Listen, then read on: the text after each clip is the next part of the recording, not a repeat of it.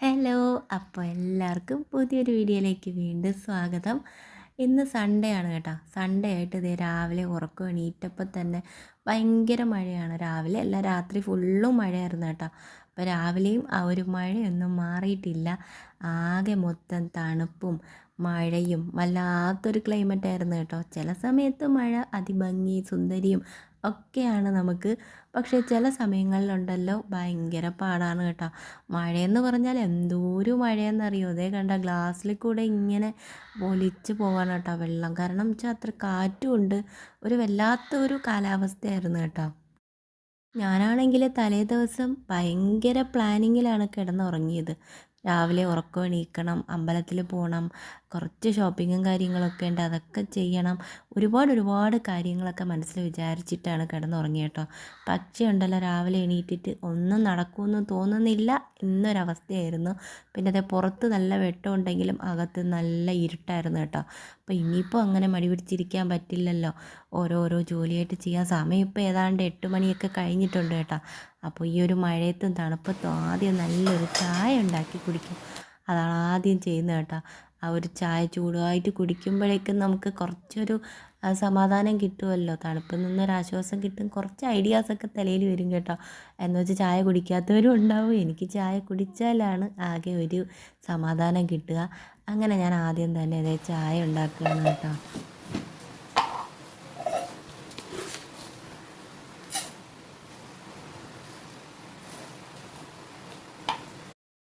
തലേ ദിവസം ഞാൻ ചെയ്ത പ്ലാനിങ്ങിലെല്ലാം കൂടെ ഒരാൾ കൂടെ ഉണ്ടായിരുന്നു കേട്ടോ, എൻ്റെ മോൻ.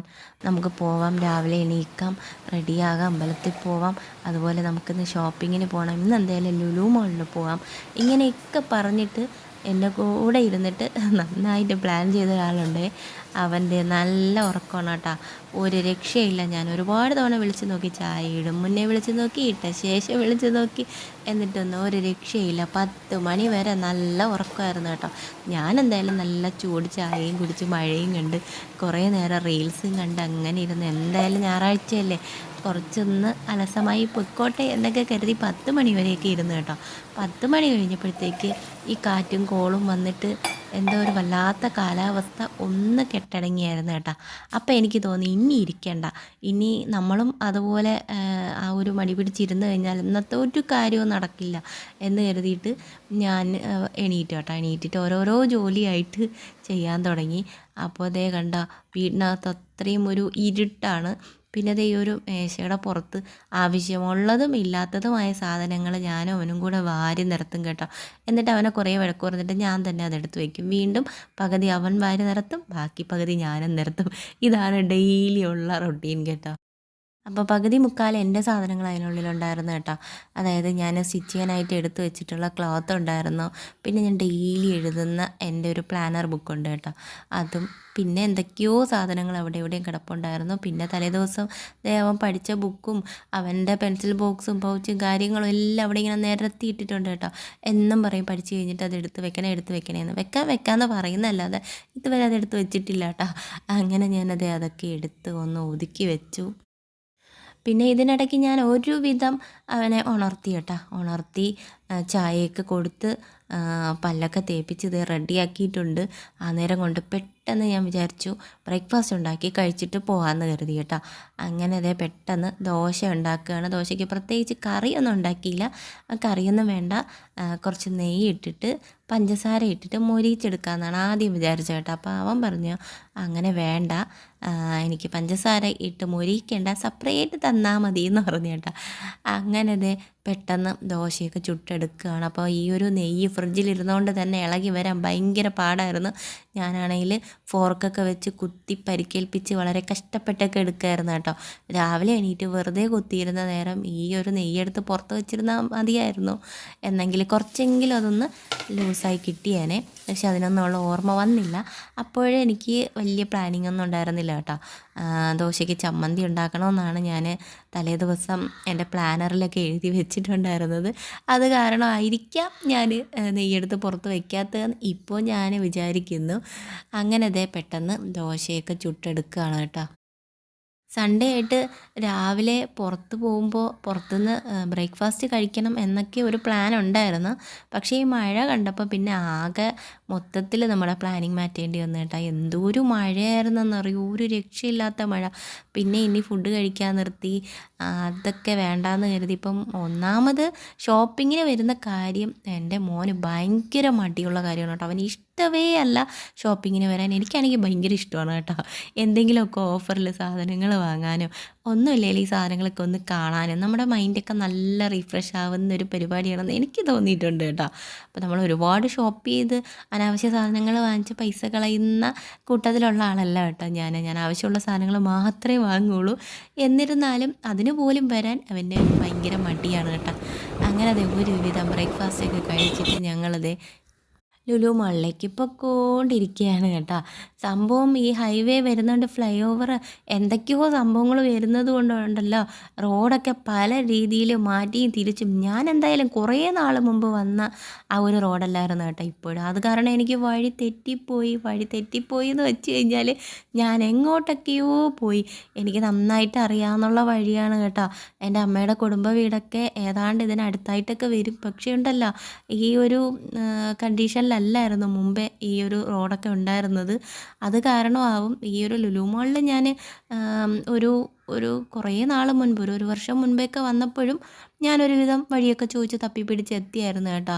പക്ഷേ ഉണ്ടല്ലോ ഇപ്പോൾ എനിക്ക് ആകെ വഴി തെറ്റി. ഞാൻ അങ്ങോട്ടും ഇങ്ങോട്ടും അറഞ്ചം പുറഞ്ചം അലഞ്ഞ് തിരിഞ്ഞ് ഒടുവിൽ ദേ ലുലു മാൾ എത്തി കേട്ടോ. ലുലു മാൾ എന്നുള്ള ബോർഡ് കണ്ടപ്പോഴാണ് സമാധാനമായത്, എത്തിയല്ലോ എന്നുള്ളത്. അപ്പോൾ ഞായറാഴ്ച ആയതുകൊണ്ട് തന്നെ രാവിലെ ഏതാണ്ട് അവിടെ എത്തിയപ്പോൾ തന്നെ ഒരു 11 മണിയായിട്ടുണ്ട് കേട്ടോ. അപ്പോൾ ആൾക്കാരൊക്കെ വന്ന് തുടങ്ങുന്നതേ ഉള്ളൂ. ഇതൊക്കെ സ്റ്റാഫിൻ്റെ പാർക്കിംഗ് ആണ് കേട്ടോ. അപ്പോൾ എനിക്ക് സമാധാനമായി. കാരണം ഒരു ഉച്ച കഴിഞ്ഞിട്ടുണ്ടെങ്കിൽ അതിനകത്ത് നിൽക്കാൻ പോലും സമയം ഉണ്ടാവില്ല, പ്രത്യേകിച്ച് ഞായറാഴ്ച കേട്ടോ. ഭയങ്കര തിരക്കായിരിക്കും. ഇന്നിപ്പോൾ മഴയും കൂടെ ആയതുകൊണ്ടായിരിക്കണം വലിയ തിരക്കൊന്നും ഉണ്ടായിരുന്നില്ല ഞാൻ പോയ സമയത്ത്. ഞങ്ങളെല്ലാം സാധനം വാങ്ങി ഇറങ്ങാൻ നേരമായപ്പോഴും അത്യാവശ്യം നല്ല തിരക്കായി തുടങ്ങി കേട്ടോ. അങ്ങനെ ദേ ഓരോന്ന് നോക്കി നടന്ന് ഒന്നും വാങ്ങണ്ട കുറച്ച് മതിയെന്ന് പറഞ്ഞിട്ട് ദേ ഈ ഒരു ഷോപ്പർ ഫുള്ളായിട്ട് നമ്മൾ വാങ്ങി കേട്ടോ. കുറേ സാധനങ്ങളൊക്കെ വാങ്ങാൻ പറ്റി. അങ്ങനെ ദേ അവിടെ നിന്ന് സാധനങ്ങളൊക്കെ വാങ്ങിയിട്ട് തിരിച്ചിറങ്ങിയപ്പോൾ ഉണ്ടല്ലോ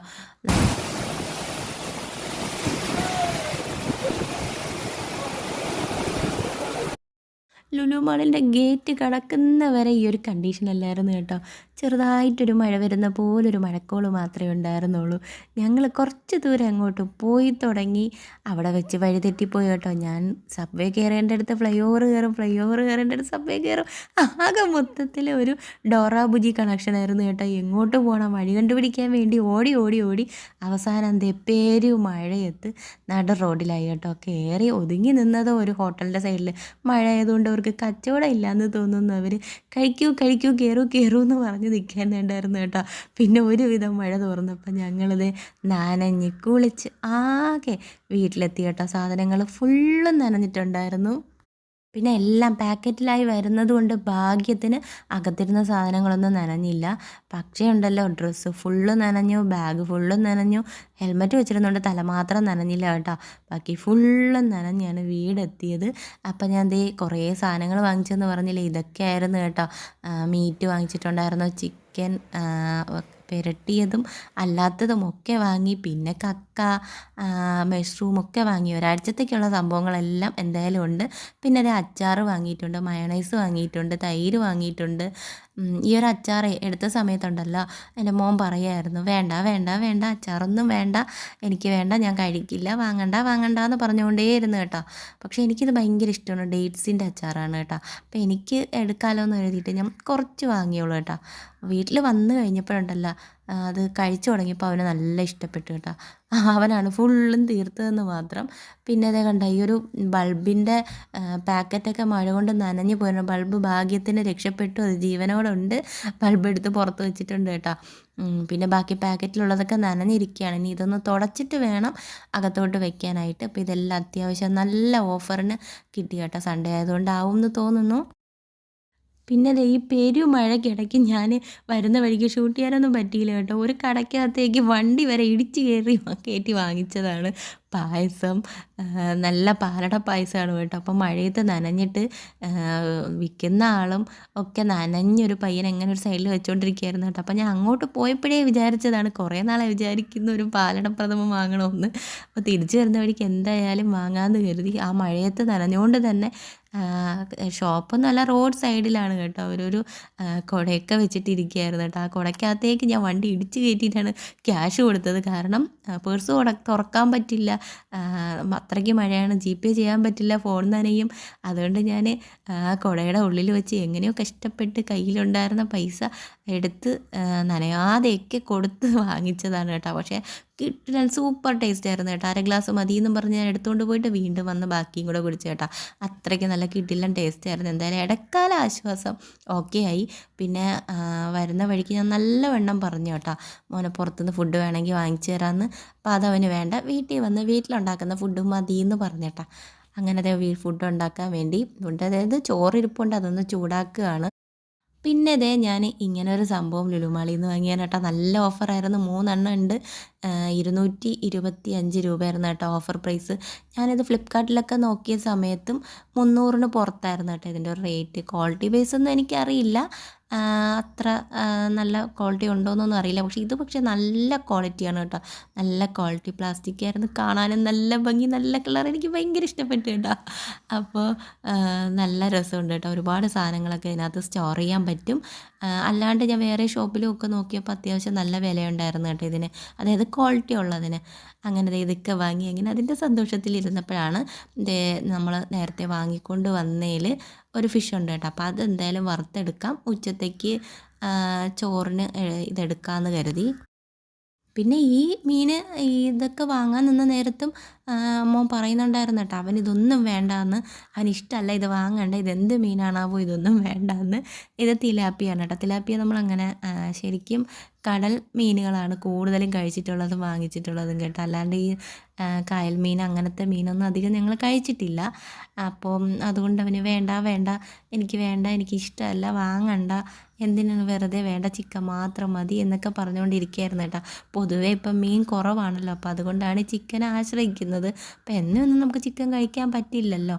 ഒരു വെറൈറ്റിക്ക് ഇരിക്കട്ടെ എന്ന് കരുതി ഞാൻ ഒരെണ്ണം വാങ്ങിയെന്നാണ് കേട്ടോ. അത്യാവശ്യം നല്ല വലുതായിരുന്നു. അപ്പോൾ അതെൻ്റെതേ ഒരു കുഞ്ഞു പാനിലിട്ടപ്പോൾ ആ പാൻ അതിനെ ഉൾക്കൊള്ളില്ല എന്ന് മനസ്സിലായി കേട്ടോ. അങ്ങനെ ഞാൻ തിരിച്ചെടുത്ത് വലിയ പാനിലിട്ടു. അപ്പോൾ എനിക്ക് മനസ്സിലായി അതിനേക്കാൾ നല്ലതായിരുന്നു ആദ്യത്തെ ചെറിയ പാൻ എന്ന് കേട്ടോ. പിന്നെ ഞാൻ തിരിച്ച് വീണ്ടും അതിനകത്തോട്ട് തന്നെ ഇതേ ചെരുകി വെച്ചു. പിന്നെ ഒരുവിധം അങ്ങോട്ടും ഇങ്ങോട്ടും മറിച്ചൊക്കെ ഇട്ട് സൈഡൊക്കെ മറിച്ചിട്ട് പൊരിച്ചെടുക്കുകയായിരുന്നു കേട്ടോ. ഇതിനധികം എണ്ണയൊന്നും വേണ്ടി വന്നില്ല കേട്ടോ. ഞാൻ വിചാരിച്ചു ഒരുപാട് എണ്ണ വേണമെന്ന്. അവസാനം ഞാൻ ആദ്യം ഒഴിച്ച എണ്ണ ഞാൻ തിരിച്ചെടുക്കേണ്ടി വന്നു. എന്നാൽ അത്യാവശ്യം നല്ല രീതിയിൽ മൊരിഞ്ഞ് ഫ്രൈ ആയി കിട്ടിയിട്ടുണ്ടായിരുന്നു. അങ്ങനെ ഞങ്ങളിതേ അതൊക്കെ കൂട്ടി തൈരും അച്ചാറുമൊക്കെ കൂട്ടി ചോറ് കഴിച്ചു. അപ്പോൾ ഇന്നത്തെ വിശേഷം ഇത്രയേ ഉള്ളൂ. പുതിയ വീഡിയോ ആയിട്ട് വീണ്ടും കാണുന്നവരെല്ലാവർക്കും ബൈ ബൈ.